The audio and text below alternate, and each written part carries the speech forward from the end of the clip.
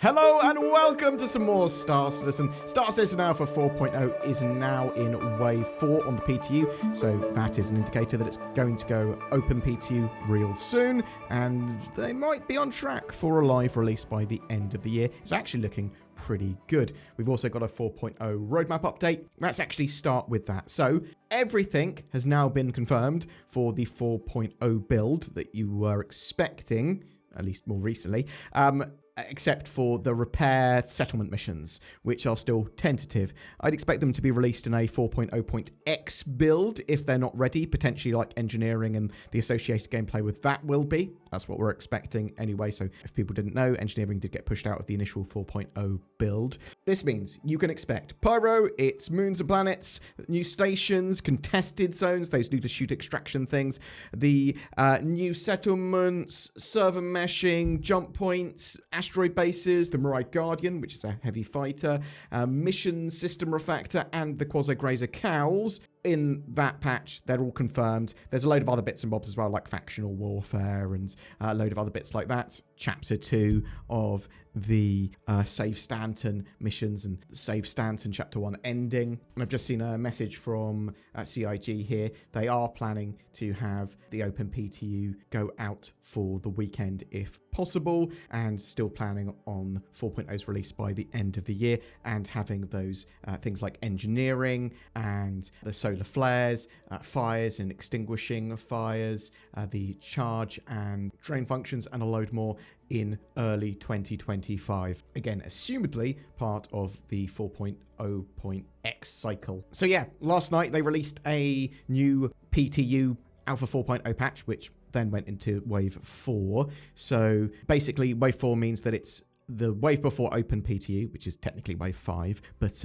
they give access to sort of people that are all levels of concierge and bug reporters that are relatively active, and active testers on the PTU. So it's quite a large audience, and this is a much better build as well. The previous one was broken, and they sort of released it even though it was broken to get some specific test data on some bits, because they're relatively pressed for time if they're trying to get live out the door by the end of the year. There's a ton of updates in this patch though, so they fixed loads and loads and loads of stuff. The sort of known major bugs issue is cut down to only like 10 now, which is pretty good, although there are some sort of major issues there. Local and personal inventories disappearing sometimes. AI are spawning out of bounds and sort of floating inside of pyro stations, and players can explode at random around some of those pyro rundown stations. And the transferring imprints doesn't update sometimes. There's some client stalls when you're leaving jump point tunnels. There can be problems with ship retrievals. Helmets can't be dragged to equip when carrying or holding the helmets in your hand. Players can't hear other players through the audio channels. Transit will intermittently desync, of course, that's another one of the major ones. And hostility is not being wiped when you quantum travel. So I'm expecting the most egregious to be sorted out for Open PTU, at least hopefully. Yeah, and they'll release the Open PTU, if not this weekend, then early next week. So there's a load of fixes already planned for the next PTU build as well, addressing some problems with med guns and inventories and HUDs. Lots and lots of HUD updates, actually. Yeah, so there were a load of updates in that patch. Backpack and armor capacity updates. They've increased occupancy volume for backpacks to prevent backpack inventory nesting. Further armor size updates as well to allow some items back into medium and heavy armor, such as water bottle and medgun. So they basically made it so that some of the space that armor took up had been reduced, but some of the items that you could get into armor had also been reduced. They've implemented health and wear functionality on fuses, so fuses lose health over time when connected to a contested zone door. They've updated spawn closets to ensure the correct NPCs spawn in the correct locations of a frontier outpost. They've adjusted the jurisdiction of all outposts on the star map to make sure they show who owns it. The advanced HUD has seen some polish. They've updated the speed limiters. They've fixed velocity bar behaviors. They've moved the speed and acceleration limiters to discrete mouse wheel up and down actions instead of axis. This also fixes accidentally triggering weapon group changes when the limiter changes. Unused speed actions set to SCM, set to target speed, have been removed. Binding names have been slightly changed. If you use the limiters on your setup, you might need to rebind them. They've moved ship alerts to the visor. There's a load of additional ship tweaks and updates as well. So missing annunciator panels on the Reliant, Nox, Mantis, Scout and Defender have been added.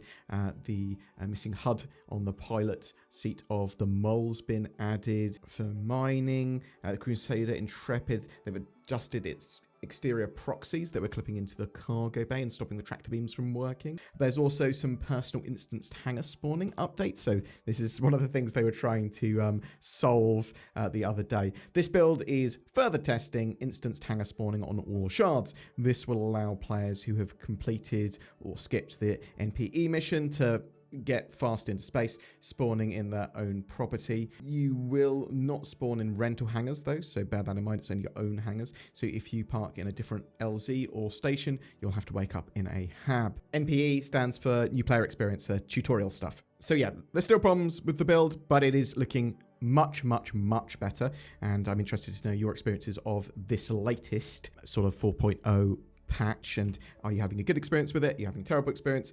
Tell me in the comments below. I also saw some people talking about the contested zone rewards, some of the high level ones, because I've only briefly sort of messed around with contested zones, and Zin and I and maybe some other friends are going to be jumping in to do them on sort of like a larger scale at some point. But yeah, people were talking about these, and you can get things at the higher end like ships. People, I was seeing a video about the Cutlass. Loads of high-end components were given with this Cutlass as well. So you can get a ship, get a load of high-end components that you might not be able to get elsewhere as well. Like this was covered in the NDB neutron repeaters. So cool ships, cool gear as rewards for this stuff. They're rewarded in the same way that you know get mission rewards. They're not permanently bound to your account at this stage. So bear that in mind. But it's still cool that you can earn ships like that in game from running what is effectively a glorified FPS experience, and I think that's pretty good fun. I'm not sure of the full sort of loot pools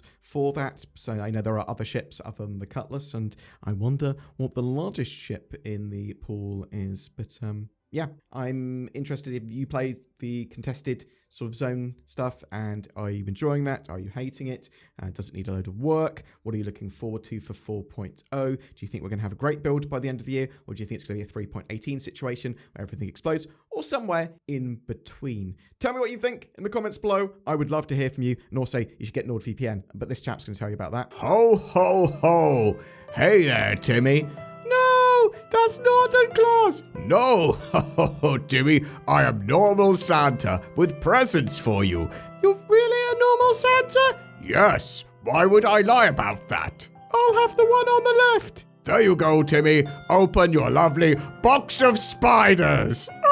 I hate spiders! So do I, Timmy. That's why I would have picked the other box, which was full of NordVPN. Ho, ho, ho. Use the links below to get nordvpn.com/BoredGamer and help protect yourself online, but also give you better accessibility. It should be part of your Christmassy toolbox. Merry Nordmas, one and all. Every month we give away a Star Citizenship, and December is no different. We're giving away a Starlancer Max, the new super freelancer by MISC. This allows you to do a little bit of everything in the verse. It's great multi-role ship, multi-mission ship, and multi-crew. It's flyable in-game right now as well. All you need to do to be in for a chance of winning that is comment on any of my videos made during December. That engagement helps the channel. Something else that helps the channel is liking, subscribing, commenting, sharing these videos. Thank you very much to the people that have gone the extra mile by clicking the join button or becoming Patreons. That really helps the channel so much. There'll occasionally be some exclusive content going up there. It'll be like Zin and I playing an escape room. So thank you so much, and feel free to join those lovely people by clicking on the join button or the Patreon link under the videos. Thank you so much for watching, and I hope you have a great ho ho ho Nordmas!